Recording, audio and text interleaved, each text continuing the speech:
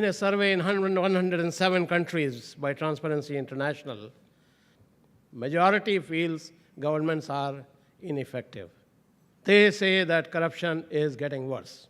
The same global survey found that citizens and civil society are willing to engage to change this status quo where corruption is getting worse and the governments are not fully effective in fighting corruption. So, this is driving the innovations, which is the topic of this session today.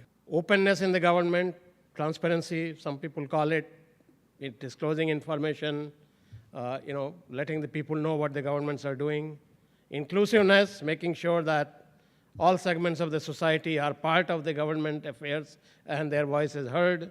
And responsiveness to their needs.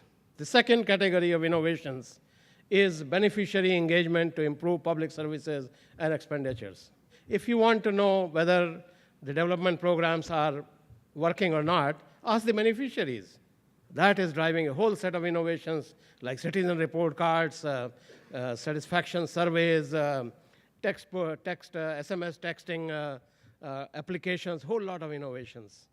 And then finally, independent performance monitoring, social accountability. Of course, all governments say we are doing great, Of course, most implementing agencies, when the ministers ask, they say, we are doing fine, we are doing good. But where's the reality check? That reality check is coming from the independent monitoring. If the context is right, these innovations make governments more responsive to the citizens. They lower corruption. They improve budget priorities and utilization. And they can improve access and responsiveness to public service delivery. And finally, most important, they reduce conflict, promote stability, and social cohesion. However, these innovations are not spreading like wildfire. There are good reasons for it. One is that there is insufficient know-how and conviction that they work. The heterogeneity of the civil society, they don't speak together. You find some civil society who agree with the government and support government here in the Philippines, and then you find 10 more who disagree with what that government should be doing. So as a result, the government doesn't know who to work with in civil society, and the donors don't know who to work with in civil society. Collective action problem. There are so many free riders. Every citizen says, well, yeah, it's a good thing to do. Why don't you do it? And I will benefit from that, And inadequate funding and policy support. Citizens' time costs money. Civil society time requires training, skills. Not every citizen is capable of understanding the budget. Policy support is the enabling environment for civil society to flourish. We know that in many countries, there is pushback. They're closing the civil liberties. They're clamping down on them. It is time to scale up support for these innovations in governance. Given that public is demanding it, there is growing evidence that it works. Risks from not involving citizens are higher than risks in involving them. In early 2000 was with a very small budget and revenues and small size of the market and economy, we had very low level of corruption. With the beginning of mining business, booming of mining business in Mongolia in 2000s, late 2000s, and with the increasing volume of revenues in the budget, we have got problems in governance. In order to tackle the problems, we came to issue a new law on glass account, so-called. On glass account, indeed, it sounds like a law on transparency. So according to the law, every public procurement should be placed on the websites, and every procurement document should be published in public newspapers. And transparency is coming now to the public in central and local areas. We also approved the law on corruption and set up a new agency, government agency, Anticorruption Police, that has been doing quite effective job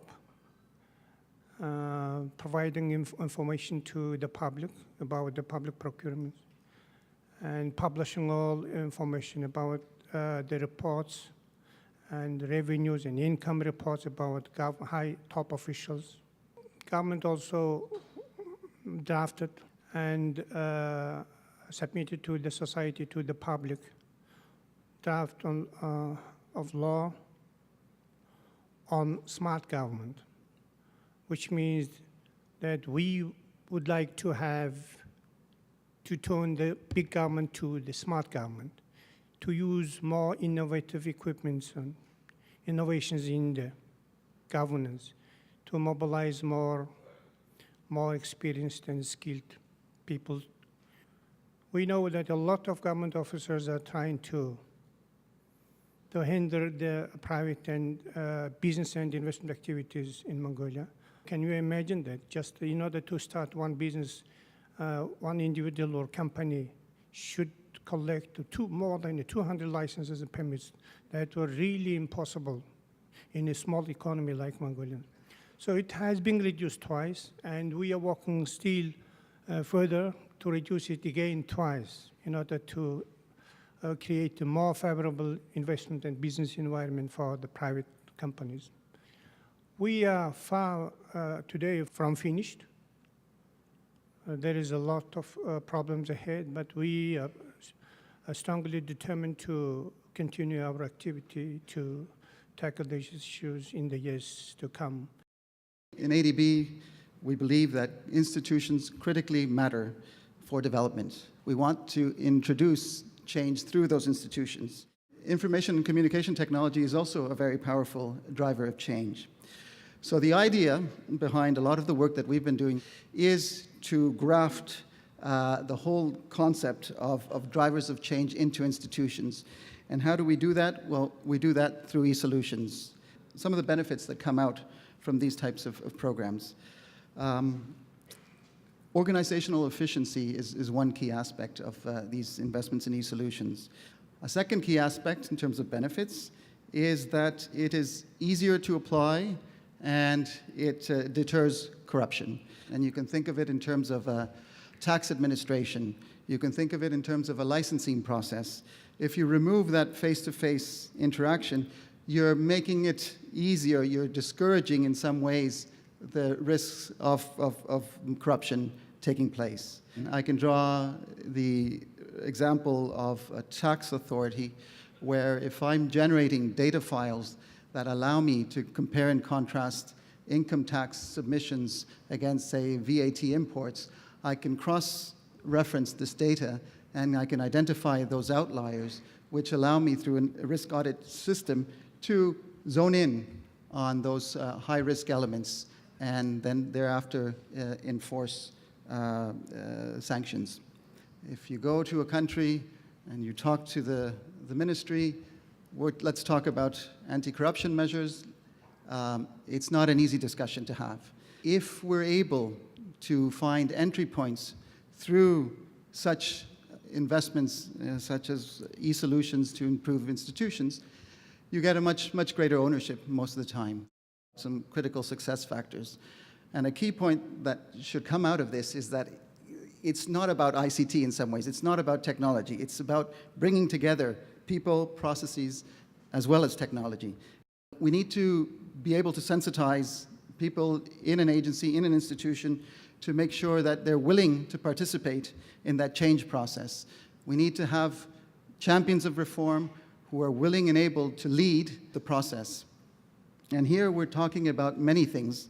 It could be something as simple as, or as difficult, as an enabling legal and regulatory reforms. We have, of course, the whole issue of standardization of documents and procedures as far as procurement is concerned.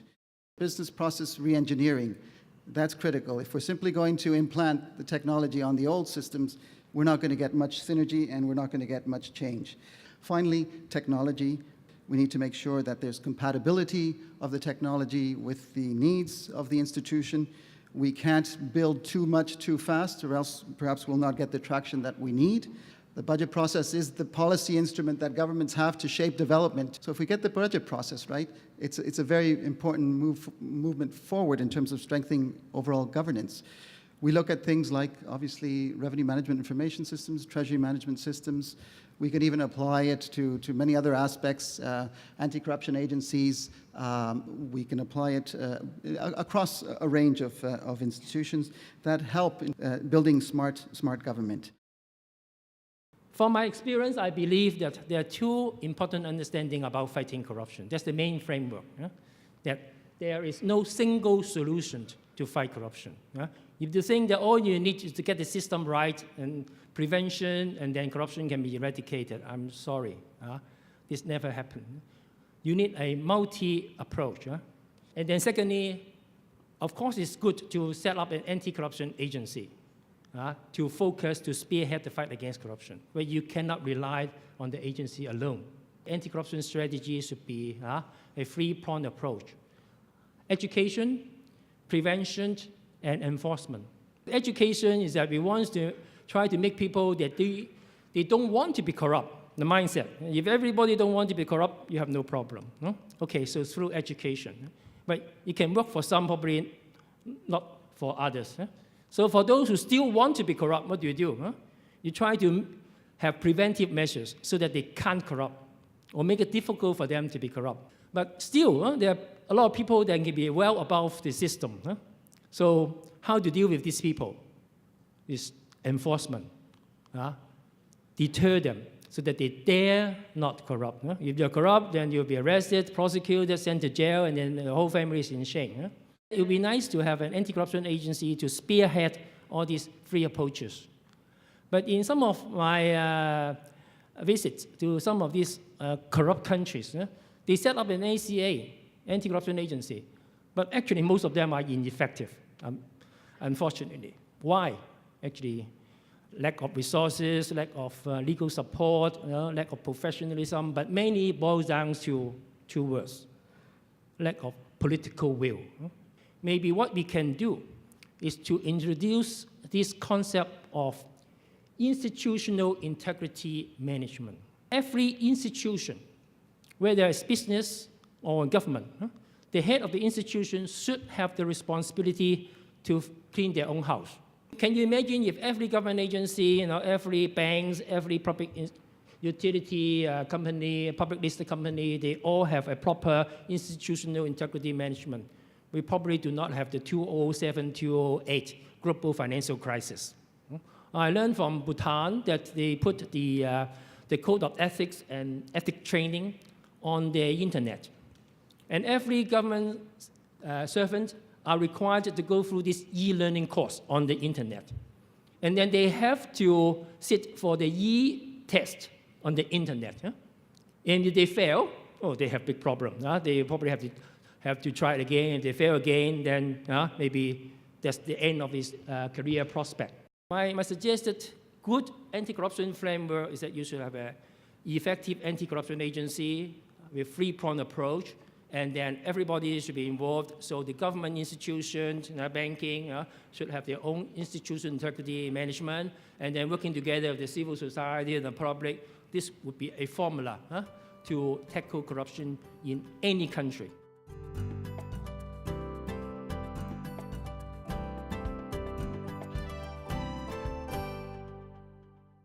You did not give any other examples of what good governance except corruption.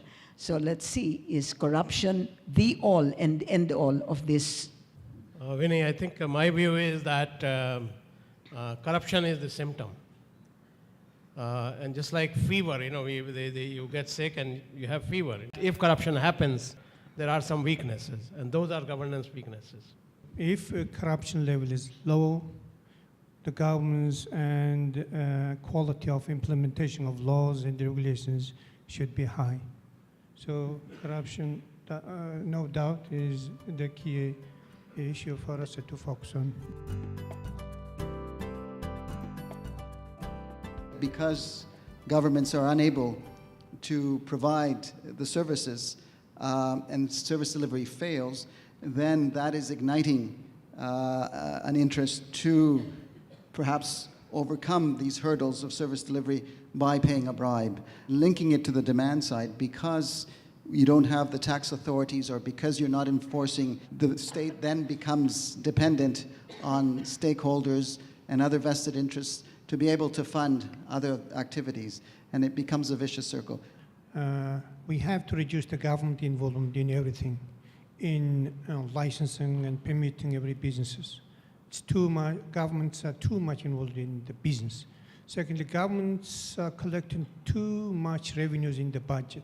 In the Mongolian case, for example, up to 40% of GDP is collected in the budget and again redistributed to the market, to the society through the procurement process. So corruption is occurring exactly in this state.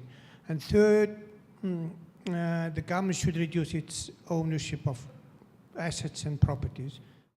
It has been well established that corruption is directly proportional to the discretion granted to the public officials. For example, industrial licensing, ultimate in discretion.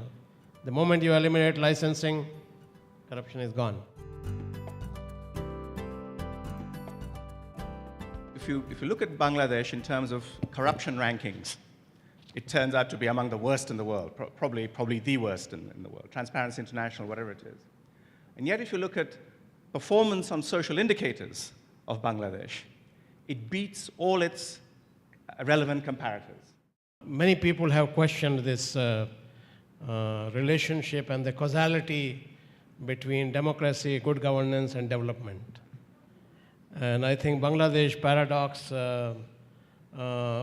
raises the question, and to some extent the China paradox, and to a larger extent the Asian paradox. There is enough evidence from countries to say that the good governance, the countries with poor governance have done poorly in development. So while there is Bangladesh paradox, there is also evidence from lots of other countries, including from India, that states with poor governance have delivered less development, and states with relatively better governance within India have delivered better development.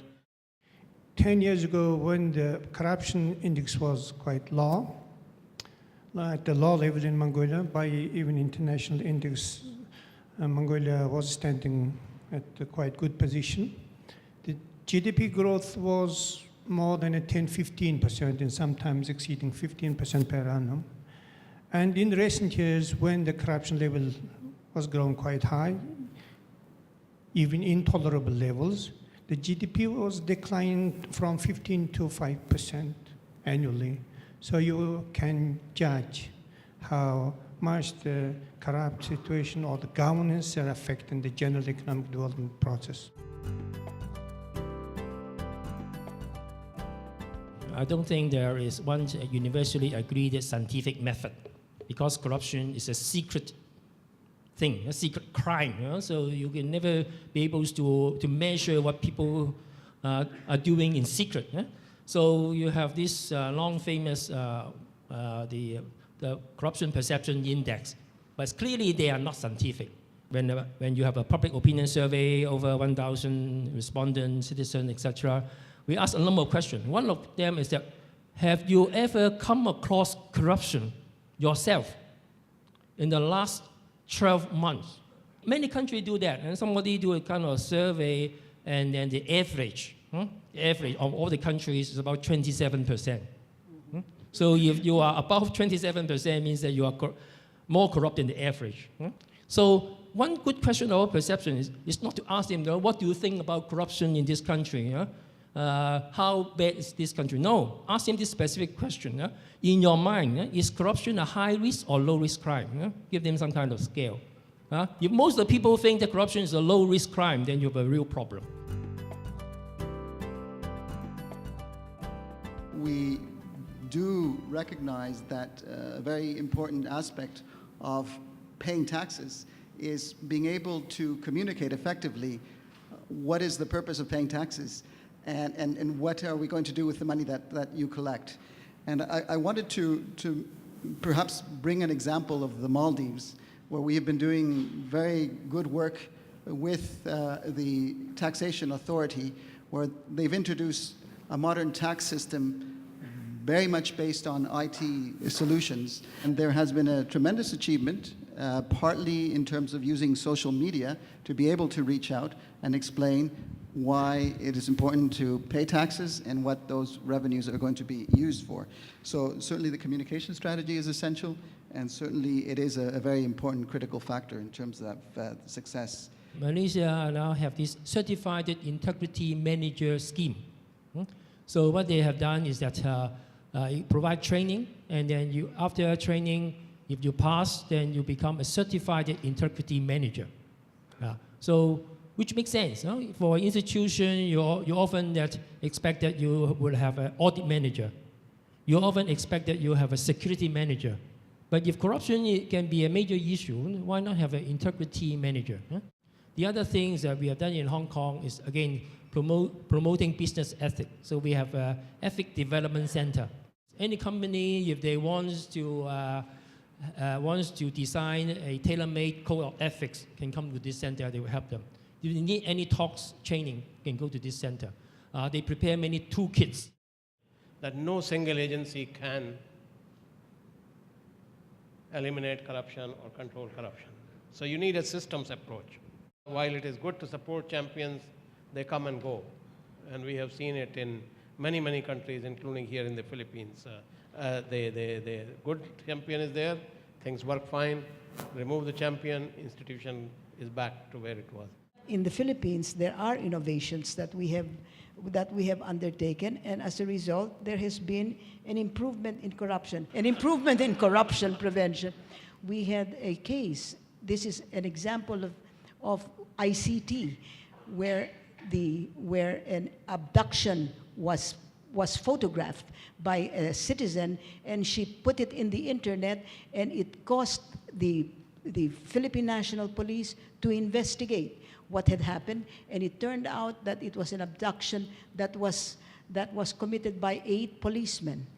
I mean, that's the kind of thing that innovation, and these innovations are not given by somebody on top, the government, but essentially it is by the very civic spiritedness of the of the citizenry. We did not get to talk about the role of the private citizens, and 2, do you notice this panel does not have a businessman?